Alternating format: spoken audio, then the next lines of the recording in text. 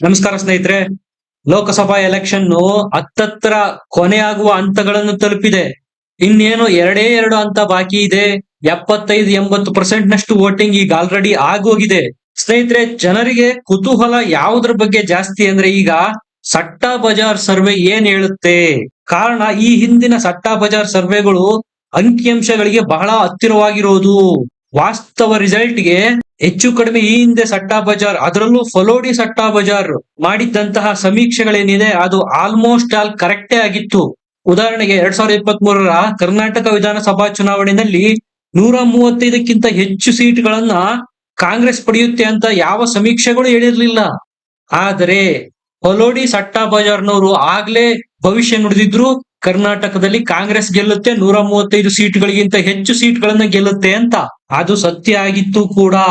ವಿದೇಶದ ಚುನಾವಣಾ ತಜ್ಞರಾಗಿರ್ತಕ್ಕಂತ ಅಯಾನ್ ಬ್ರಹ್ಮರ್ ಅವರು ಸಹ ಭಾರತೀಯ ಚುನಾವಣೆ ಕುರಿತು ಭವಿಷ್ಯ ನುಡಿದಿದ್ರು, ಯಾರಿಗೆ ಎಷ್ಟು ಸೀಟ್ಗಳು ಬರುತ್ತೆ ಅಂತ ಅಂಕಿ ಸಂಖ್ಯೆಗಳನ್ನು ಸಹ ಅವರು ಕೊಟ್ಟಿದ್ರು. ಇದನ್ನ ನಾವು ನಿನ್ನೆ ವರದಿ ಮಾಡಿದ್ವಿ ಸಹ. ಸ್ನೇಹಿತರೆ, ಈಗ ಅದೇ ಫಲೋಡಿ ಸಟ್ಟಾ ಬಜಾರ್ನವರು ಭಾರತದ ಎಲ್ಲ ರಾಜ್ಯಗಳಿಗೆ ಸಂಬಂಧಪಟ್ಟಂತೆ ಯಾರು ಎಷ್ಟು ಸೀಟ್ಗಳನ್ನ ಪಡೆಯಬಹುದು ಅನ್ನುವುದರ ಬಗ್ಗೆ ಪಕ್ಕಾ ಅಂಕಿಅಂಶಗಳನ್ನು ಕೊಟ್ಟಿದ್ದಾರೆ. ಇದು ಲೇಟೆಸ್ಟ್ ಸರ್ವೆ, ಈಗ ಬಂದಿರತಕ್ಕಂತ ಸರ್ವೆ. ಎಲ್ಲದರ ಬಗ್ಗೆ ಮಾಹಿತಿ ಕೊಡ್ತೀನಿ. ದಯಮಾಡಿ ನಮ್ಮ ಚಾನೆಲ್ ನ ಸಬ್ಸ್ಕ್ರೈಬ್ ಮಾಡಿ, ವಿಡಿಯೋನ ಲೈಕ್ ಮಾಡಿ, ಶೇರ್ ಮಾಡಿ. ಸ್ನೇಹಿತರೆ, ಸಾಕಷ್ಟು ಚುನಾವಣಾ ವಿಶ್ಲೇಷಕರು ಏನ್ ಹೇಳ್ತಾರಪ್ಪ ಅಂದ್ರೆ, ಬಿಜೆಪಿ ಉತ್ತರದಲ್ಲಿ ಅಂದ್ರೆ ಉತ್ತರ ಭಾರತದಲ್ಲಿ ಈಗ ಆಲ್ರೆಡಿ ಹಲವು ರಾಜ್ಯಗಳಲ್ಲಿ ಸೀಟ್ಗಳನ್ನ ಕಳೆದುಕೊಳ್ತಾ ಇದೆ ಅಂತ. ಆದ್ರೆ ಅದು ಎಷ್ಟರ ಮಟ್ಟಿಗೆ ನಿಜ? ಹಾಗಾದ್ರೆ ದಕ್ಷಿಣದಲ್ಲಿ ಏನಾಗಿರ್ಬೋದು ಪರಿಸ್ಥಿತಿ? ಪೂರ್ವಾಂಚಲ ರಾಜ್ಯಗಳಲ್ಲಿ ಪರಿಸ್ಥಿತಿ ಏನಾಗಿದೆ? ಯಾರಿಗೆ ಎಷ್ಟು ಸೀಟ್ ಸಿಗುತ್ತೆ? ಅದರಲ್ಲೂ ದೊಡ್ಡ ರಾಜ್ಯಗಳಾಗಿರ್ತಕ್ಕಂಥ ಉತ್ತರ ಪ್ರದೇಶ, ಮಹಾರಾಷ್ಟ್ರ, ಪಶ್ಚಿಮ ಬಂಗಾಳ ಮತ್ತು ಬಿಹಾರ, ಇಲ್ಲಿ ಬಿಜೆಪಿ ಮತ್ತು ಕಾಂಗ್ರೆಸ್ಗೆ ಸಟ್ಟಾ ಬಜಾರ್ನವರು, ಫೆಲೋಡಿ ಸಟ್ಟಾ ಬಜಾರ್ನವರು ಎಷ್ಟು ಸೀಟ್ಗಳನ್ನ ಕೊಟ್ಟಿದ್ದಾರೆ ಒಮ್ಮೆ ನೋಡ್ಕೊಂಡು ಬಂದ್ಬಿಡೋಣ. ಸ್ನೇಹಿತರೆ, ಪ್ರಥಮವಾಗಿ ಉತ್ತರ ಪ್ರದೇಶ. ಒಟ್ಟು 80 ಸೀಟ್ಗಳು ಬರುತ್ತೆ ಉತ್ತರ ಪ್ರದೇಶದಲ್ಲಿ. ಅದರಲ್ಲಿ ಸಟ್ಟಾ ಬಜಾರ್, ಫೆಲೋಡಿ ಸಟ್ಟಾ ಬಜಾರ್ ಸರ್ವೆ ಪ್ರಕಾರ ಬಿಜೆಪಿ ಗೆಲ್ತಾ ಇರೋದು 63ರಿಂದ 65 ಸೀಟ್ಗಳನ್ನ. ಉಳಿದಿರೋ 15ರಿಂದ 17 ಸೀಟ್ಗಳನ್ನ ಇಂಡಿಯಾ ಘಟಬಂಧನ್ ಗೆಲ್ತಾ ಇದೆ ಅಂತ ಹೇಳ್ತಾ ಇದೆ ಸಟ್ಟಾ ಬಜಾರ್ ಫೆಲೋಡಿ. ಡೆಲ್ಲಿ ಗದ್ದುಗೆಯ ರಹದಾರಿ ಶುರು ಆಗೋದೇ ಉತ್ತರ ಪ್ರದೇಶದಿಂದ ಅನ್ನೋ ಮಾತಿದೆ. ಯಾರು ಉತ್ತರ ಪ್ರದೇಶದಲ್ಲಿ ಗೆಲ್ತಾರೋ ಅವರೇ ಕೇಂದ್ರದಲ್ಲಿ ಅಧಿಕಾರಕ್ಕೆ ಬರ್ತಾರೆ. ಇಲ್ಲಿ ಸೂಚನೆ ಸಿಗ್ತಾ ಇರೋದು ಬಿಜೆಪಿ ಕಡೆಗೆ ಅನ್ನೋದು ಸ್ಪಷ್ಟ. ಇನ್ನು ರಾಜಸ್ಥಾನ, ಇಲ್ಲಿ ಒಟ್ಟು 25 ಸೀಟ್ಗಳು ಬರ್ತವೆ. 6 ತಿಂಗಳಿಂದ ಅಷ್ಟೇ ಇಲ್ಲಿ ವಿಧಾನಸಭೆಗೆ ಎಲೆಕ್ಷನ್ ನಡೆದಿತ್ತು. ಬಿಜೆಪಿ ಬಹುಮತ ಸಾಧಿಸಿ ಸರ್ಕಾರವನ್ನು ರಚನೆ ಮಾಡಿತ್ತು. ಕಳೆದ ಬಾರಿ ಎಲ್ಲ 25 ಸೀಟ್ಗಳನ್ನ ಬಿಜೆಪಿ ಇಲ್ಲಿ ಗೆದ್ದಿತ್ತು. ಆದ್ರೆ ಈ ಬಾರಿ ಸಟ್ಟಾ ಬಜಾರ್ ಫೆಲೋಡಿ ಕೊಡ್ತಾ ಇರೋದು 18ರಿಂದ 19 ಕ್ಷೇತ್ರ ಮಾತ್ರ ಬಿಜೆಪಿಗೆ. ಉಳಿದಿರೋ 5ರಿಂದ 6 ಕ್ಷೇತ್ರನ ಕಾಂಗ್ರೆಸ್ ಗೆಲ್ಲುತ್ತೆ ಅನ್ನುತ್ತೆ ಫೆಲೋಡಿ ಸಟ್ಟಾ ಬಜಾರ್. ಮಧ್ಯಪ್ರದೇಶದಲ್ಲಿ ಒಟ್ಟು 29 ಲೋಕಸಭಾ ಸೀಟ್ಗಳಿದಾವೆ. ಅದರಲ್ಲಿ 27ರಿಂದ 28 ಕ್ಷೇತ್ರನ ಬಿಜೆಪಿ ಗೆಲ್ಲುತ್ತೆ ಅನ್ನುತ್ತೆ ಫೆಲೋಡಿ ಸಟ್ಟಾ ಬಜಾರ್. ಕಳೆದ ಬಾರಿ ಎಲ್ಲ 29 ಕ್ಷೇತ್ರಗಳನ್ನ ಬಿಜೆಪಿಯವರು ಇಲ್ಲಿ ಗೆದ್ದಿದ್ರು. ಇನ್ನ ಮತ್ತೊಂದು ದೊಡ್ಡ ರಾಜ್ಯ ಆಗಿರ್ತಕ್ಕಂಥ ಪಶ್ಚಿಮ ಬಂಗಾಳ, ಇಲ್ಲಿ ಮಮತಾ ಬ್ಯಾನರ್ಜಿ ನೇತೃತ್ವದ ಸರ್ಕಾರ ಇದೆ. ಕಳೆದ ಬಾರಿ ಬಿಜೆಪಿ ಇಲ್ಲಿ 18 ಕ್ಷೇತ್ರಗಳಲ್ಲಿ ಜಯ ಸಾಧಿಸಿತ್ತು. ಒಟ್ಟು 42 ಕ್ಷೇತ್ರಗಳು ಬರುತ್ತೆ. ಈ ಬಾರಿ 1-2 ಜಾಸ್ತಿ ಸೀಟ್ಗಳನ್ನ ಬಿಜೆಪಿ ಗೆಲ್ಲುತ್ತೆ ಅನ್ನುತ್ತೆ ಫೆಲೋಡಿ ಸಟ್ಟಾ ಬಜಾರು. ಆ ಮೂಲಕ 19ರಿಂದ 20 ಕ್ಷೇತ್ರಗಳಲ್ಲಿ ಬಿಜೆಪಿ ಜಯ ಸಾಧಿಸಬಹುದು. ಆದ್ರೆ ಅತಿ ದೊಡ್ಡ ಪಾರ್ಟಿಯಾಗಿ ಟಿಎಂಸಿನೇ ಇರುತ್ತೆ ಅನ್ನುತ್ತೆ ಈ ಬಾರಿಯ ಸರ್ವೆ. ಇನ್ನು ನಮ್ಮ ಕರ್ನಾಟಕಕ್ಕೆ ಬಂದಾಗ ಇಲ್ಲಿ 28 ಸೀಟ್ಗಳಿದಾವೆ. ಕಳೆದ ಬಾರಿ ಬಿಜೆಪಿ 25 ಗೆದ್ದಿತ್ತು. ಜೆಡಿಎಸ್, ಕಾಂಗ್ರೆಸ್ ತಲಾ 1 ಮತ್ತು ಪಕ್ಷೇತರ ಅಭ್ಯರ್ಥಿ 1 ಸೀಟ್ ಗೆದ್ದಿದ್ರು. ಈ ಬಾರಿ ಕಾಂಗ್ರೆಸ್ ಭಾರಿ ಬಹುಮತ ಪಡೆದು ಸರ್ಕಾರ ರಚನೆ ಮಾಡಿದೆ ಕರ್ನಾಟಕದಲ್ಲಿ. ಅದರ ಪರಿಣಾಮ ಈಗ ಬಿಜೆಪಿಗೆ ಎಫೆಕ್ಟ್ ಆಗ್ತಾ ಇದೆ ಅಂತ ಹೇಳ್ತಾ ಇದೆ ಫೆಲೋಡಿ ಸಟ್ಟಾ ಬಜಾರ್. ಆದ್ರಿಂದಾಗಿ 18ರಿಂದ 20 ಕ್ಷೇತ್ರಗಳಿಗೆ ಮಾತ್ರ ಜೆಡಿಎಸ್ ಮತ್ತು ಬಿಜೆಪಿ ಮೈತ್ರಿಕೂಟ ತೃಪ್ತಿ ಪಟ್ಕೊಳ್ಬೇಕಾಗತ್ತೆ. ಉಳಿದಿರೋ 8ರಿಂದ 10 ಕ್ಷೇತ್ರಗಳನ್ನು ಕಾಂಗ್ರೆಸ್ ಗೆಲ್ಲುತ್ತೆ ಅನ್ನುತ್ತೆ ಫೆಲೋಡಿ ಸಟ್ಟಾ ಬಜಾರ್. ಸ್ನೇಹಿತರೆ, ಬಿಜೆಪಿಗೆ ಬಂದಿರತಕ್ಕಂತ ಆಂತರಿಕ ಸರ್ವೆನಲ್ಲೂ ಸಹ ಇದೇ 18ರಿಂದ 20 ಕ್ಷೇತ್ರಗಳನ್ನು ಮೈತ್ರಿಕೂಟ ಗೆಲ್ಲಬಹುದು ಅಂತ ಮೆನ್ಷನ್ ಮಾಡಲಾಗಿದೆ. ಆದ್ರೆ ಕಾಂಗ್ರೆಸ್ನವ್ರು ನಡೆಸಿರ್ತಕ್ಕಂಥ ಸರ್ವೆನಲ್ಲಿ ಅವರು ನಮಗೆ 14 ಸೀಟ್ಗಳು ಬರುತ್ತೆ ಅಂತಾರೆ. ಆದ್ರೆ ಅದು ಸ್ವಲ್ಪ ಎಕ್ಸ್ಪೆಕ್ಟೇಷನ್ ಜಾಸ್ತಿ ಆಯ್ತು ಅಂತ ಹೇಳಬಹುದು. 8ರಿಂದ 10 ಕ್ಷೇತ್ರ ಕಾಂಗ್ರೆಸ್ ಗೆಲ್ಲಬಹುದು. ಉಳಿದಿರ್ತಕ್ಕಂಥ ಎಲ್ಲಾ ಕ್ಷೇತ್ರಗಳು ಬಿಜೆಪಿ ಮತ್ತು ಜೆಡಿಎಸ್ ನ ಪಾಲಾಗತ್ತೆ ಅನ್ನೋದು ಮೇಲ್ನೋಟಕ್ಕೆ ನಮಗೆ ಸಿಗ್ತಾ ಇರ್ತಕ್ಕಂಥ ಅಂಕಿ ಸಂಖ್ಯೆಗಳು. ಇನ್ನು ತೆಲಂಗಾಣಕ್ಕೆ ಬಂದಾಗ ರೀಸೆಂಟ್ ಆಗಿ ಅಲ್ಲಿ ಸರ್ಕಾರ ರಚನೆ ಮಾಡಿದೆ. ಪಂಚರಾಜ್ಯಗಳ ಚುನಾವಣೆಯಲ್ಲಿ ಕಾಂಗ್ರೆಸ್ ಗೆದ್ದಿದ್ದು ತೆಲಂಗಾಣ.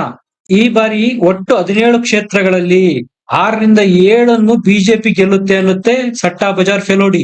ಸ್ನೇಹಿತರೆ, ತೆಲಂಗಾಣದಲ್ಲಿ 6ರಿಂದ 7 ಸೀಟ್ಗಳನ್ನು ಗೆಲ್ಲೋದು ಅಂದ್ರೆ ಸುಮ್ಮನೆ ಅಲ್ಲ. ಆದ್ರೆ ಬಿಜೆಪಿ ಅವರು ಹೇಳೋದು ನಾವು 10ರವರೆಗೂ ಸೀಟ್ ಗೆಲ್ತೇವೆ ಅಂತ.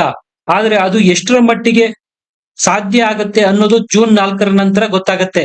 ಇನ್ನು ಅಸ್ಸಾಂಗೆ ಬಂದಾಗ ಅಲ್ಲಿ ಒಟ್ಟು 14 ಕ್ಷೇತ್ರಗಳಿದಾವೆ.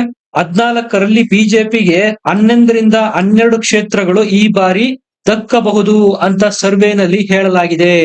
ಛತ್ತೀಸ್ಗಢದಲ್ಲಿ ಒಟ್ಟು 11 ಸೀಟ್ಗಳು ಬರುತ್ತೆ. ಅದರಲ್ಲಿ ಬಿಜೆಪಿ ಅವರು 9ರಿಂದ 10 ಸೀಟ್ಗಳನ್ನು ನಿರಾಯಾಸವಾಗಿ ಗೆಲ್ತಾರೆ ಅನ್ನುತ್ತೆ ಸರ್ವೆ. ಉತ್ತರಾಖಂಡ್ ರಾಜ್ಯದಲ್ಲಿ ಒಟ್ಟು 5 ಸೀಟ್ಗಳು ಬರುತ್ತೆ. 5ಕ್ಕೆ5 ಸೀಟ್ಗಳನ್ನು ಬಿಜೆಪಿನೇ ಗೆಲ್ಲುತ್ತೆ ಅಂತ ಹೇಳಿದೆ ಫೆಲೋಡಿ ಸಟ್ಟಾ ಬಜಾರ್. ಇನ್ನು ಅರವಿಂದ್ ಕೇಜ್ರಿವಾಲ್ ಅವರ ನೇತೃತ್ವದ ಡೆಲ್ಲಿ ಕೇಂದ್ರಾಡಳಿತ ಪ್ರದೇಶಕ್ಕೆ ಬಂದ್ರೆ ಅಲ್ಲಿ ಒಟ್ಟು 7 ಸೀಟ್ಗಳಿದಾವೆ. 7ರಲ್ಲಿ 6ರಿಂದ 7 ಬಿಜೆಪಿ ಗೆಲ್ಲುತ್ತೆ ಅನ್ನುತ್ತೆ. ಈ ಬಾರಿ ಸಹ ಆಮ್ ಆದ್ಮಿ ಪಾರ್ಟಿಗೆ ಲೋಕಸಭೆಯಲ್ಲಿ ನಿರಾಸೆ ಕಾದಿದೆ ಅನ್ನೋದು ಬಹುತೇಕ ಸರ್ವೆಗಳು ಹೇಳಿದಾವೆ. ಜೂನ್ 4ರ ನಂತರ ಅದರ ಸ್ಪಷ್ಟ ಚಿತ್ರಣ ಸಿಗೋದು ಗ್ಯಾರಂಟಿ. ಹಿಮಾಚಲ ಪ್ರದೇಶ ಇದು ಚಿಕ್ಕ ರಾಜ್ಯ. ಇಲ್ಲಿ 4 ಲೋಕಸಭಾ ಕ್ಷೇತ್ರಗಳಿದಾವೆ. ಎಲ್ಲ 4 ಲೋಕಸಭಾ ಕ್ಷೇತ್ರಗಳನ್ನು ಬಿಜೆಪಿ ಕ್ಲೀನ್ ಸ್ವೀಪ್ ಮಾಡುತ್ತೆ ಅನ್ನುತ್ತೆ ಫೆಲೋಡಿ ಸಟ್ಟಾ ಬಜಾರ್. ಇನ್ನು ಮುಂದಿನ ರಾಜ್ಯ ಜಾರ್ಖಂಡ್. ಇಲ್ಲಿ 14 ಕ್ಷೇತ್ರಗಳು ಬರ್ತವೆ. 14ರಲ್ಲಿ 10ರಿಂದ 11 ಕ್ಷೇತ್ರನ ಬಿಜೆಪಿ ಗೆಲ್ಲುತ್ತೆ ಅನ್ನುತ್ತೆ ಸರ್ವೆ. ಇನ್ನು ದಕ್ಷಿಣದ ಮತ್ತೊಂದು ರಾಜ್ಯ ಆಗಿರ್ತಕ್ಕಂಥ ಆಂಧ್ರ ಪ್ರದೇಶದ ವಿಷಯಕ್ಕೆ ಬಂದ್ರೆ ಇಲ್ಲಿ 25 ಸೀಟ್ಗಳಿದಾವೆ. ಆಂಧ್ರದಲ್ಲಿ ಜಗನ್ಮೋಹನ್ ರೆಡ್ಡಿ ಒಬ್ಬರೇ ಚುನಾವಣೆಯನ್ನು ಎದುರಿಸ್ತಾ ಇದ್ದಾರೆ. ಆ ಕಡೆ NDA ಮೈತ್ರಿಕೂಟ ಮಾಡ್ಕೊಂಡ್ಬಿಟ್ಟು ಚಂದ್ರಬಾಬು ನಾಯ್ಡು ಮತ್ತು ಪವನ್ ಕಲ್ಯಾಣ್ ಅವರ ಜೊತೆಗೆ ಸೀಟ್ ಶೇರ್ ಒಪ್ಪಂದ ಮಾಡ್ಕೊಂಡು NDA ಕೂಟವಾಗಿ YSRCP ಕಾಂಗ್ರೆಸ್ನ ಎದುರಿಸ್ತಾ ಇದ್ದಾರೆ. ಅದರ ಪರಿಣಾಮ ಇಲ್ಲಿ ಸ್ಪಷ್ಟವಾಗಿ ಗೋಚರ ಆಗ್ತಾ ಇದೆ. ಬಿಜೆಪಿಗೆ ಇಲ್ಲಿ 9ರಿಂದ 11 ಸೀಟ್ಗಳು ಸಿಗುತ್ತೆ ಅಂತ ಹೇಳಲಾಗಿದೆ.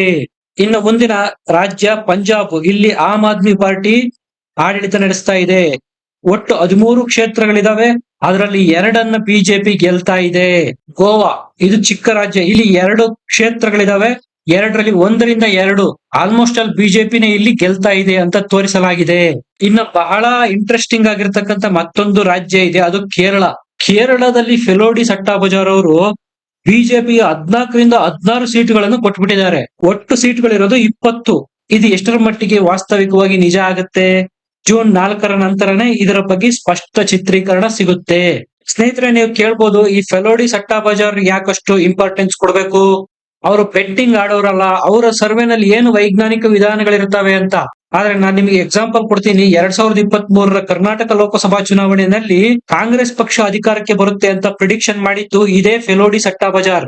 ಅವರು ಕಾಂಗ್ರೆಸ್ಗೆ 137 ಸೀಟ್ಗಳನ್ನು ಕೊಟ್ಟಿದ್ರು. ಚುನಾವಣಾ ಫಲಿತಾಂಶ ಬಂದಾಗ ಕಾಂಗ್ರೆಸ್ ಗೆದ್ದಿದ್ದು 136 ಸೀಟುಗಳು.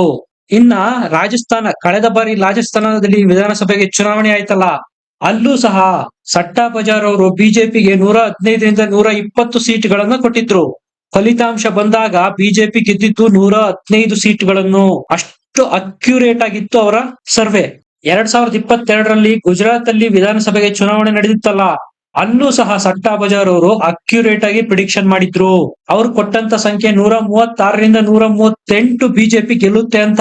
ಚುನಾವಣಾ ಫಲಿತಾಂಶ ಬಂದಾಗ ಬಿಜೆಪಿ 156 ಸೀಟ್ಗಳನ್ನ ಗೆದ್ದಿತ್ತು. ಈ ಎಲ್ಲ ಹಿನ್ನೆಲೆಗಳನ್ನು ಪರಿಗಣಿಸಿ ನೋಡೋದಾದ್ರೆ ಫೆಲೋಡಿ ಸಟ್ಟಾ ಬಜಾರ್ ಅವರು ಕೊಡ್ತಾ ಇರ್ತಕ್ಕಂಥ ಅಂಕಿ ಅಂಶಗಳಿಗೆ ಪ್ರಾಮುಖ್ಯತೆ ಇರೋದಂತೂ ಸ್ಪಷ್ಟ. ಸ್ನೇಹಿತರೆ, ಇದರ ಬಗ್ಗೆ ನಿಮಗೇನನ್ಸುತ್ತೆ? ಯಾವ ರಾಜ್ಯದಲ್ಲಿ ಯಾವ ಪಕ್ಷಕ್ಕೆ ಅಧಿಕ ಸೀಟುಗಳು ಬರಬಹುದು? ಕಮೆಂಟ್ ಸೆಕ್ಷನ್ ಅಲ್ಲಿ ಬರೆದು ತಿಳಿಸಿ. ವಿಡಿಯೋನ ಲೈಕ್ ಮಾಡಿ, ಶೇರ್ ಮಾಡಿ, ನಮ್ಮ ಚಾನೆಲ್ ನ ಸಬ್ಸ್ಕ್ರೈಬ್ ಮಾಡಿ. ಮತ್ತೆ ಸಿಗೋಣ. ನಮಸ್ಕಾರ.